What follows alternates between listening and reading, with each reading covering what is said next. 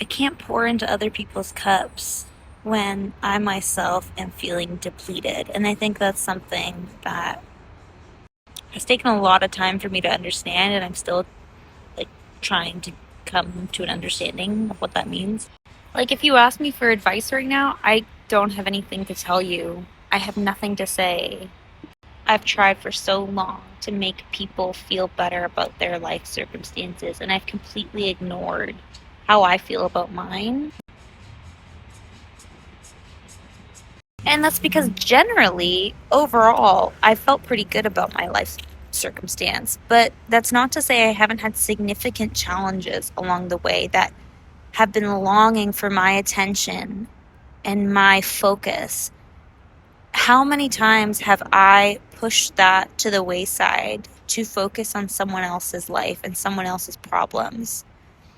In a way, it's kind of like gaslighting myself to make myself feel better about my own life. Like, there is a selfish agenda behind always being the person who gives advice to other people. But either way, no matter what the agenda is, it's detrimental to my understanding of myself and my self love. When I don't pour into myself, when I don't focus on myself, when I don't give myself attention, I feel abandoned. I feel unloved. I feel unworthy. And that comes out every single time I'm in a bad mood. That energy of not feeling like a desirable, worthy, important human being comes out every time I hit a hard place in life.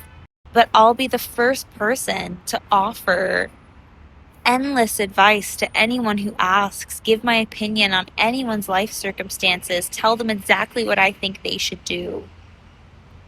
It's not healthy for me, and it's no use for that person, because as humans, we don't tend to listen to other people. We only really listen to ourselves. Maybe our therapists, but certainly not, honestly, our friends and our loved ones. The patterns of the mind, our thought patterns, are the cycles that we perpetuate in our lives. It's deeply personal, and it's deeply authentic to the path that we're on in life. We have to go through certain things. We have to experience certain emotions in order to learn. No amount of advice from anyone else is going to fix these challenges and these problems. But for some reason, we're both primed to give advice to other people, unsolicited advice, may I say, sometimes, very often, and also seek advice and validation from other people when we're going through challenges, even though we know half the time we probably aren't going to listen to that person.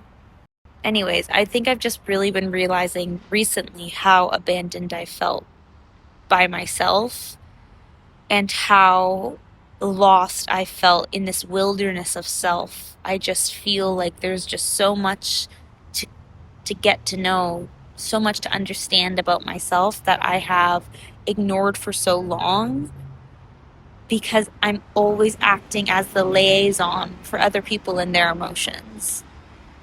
Anyways, this is Deep Thoughts by Carmen from my apartment barbecue area. Hey, tune in next week. Just kidding. This isn't a podcast.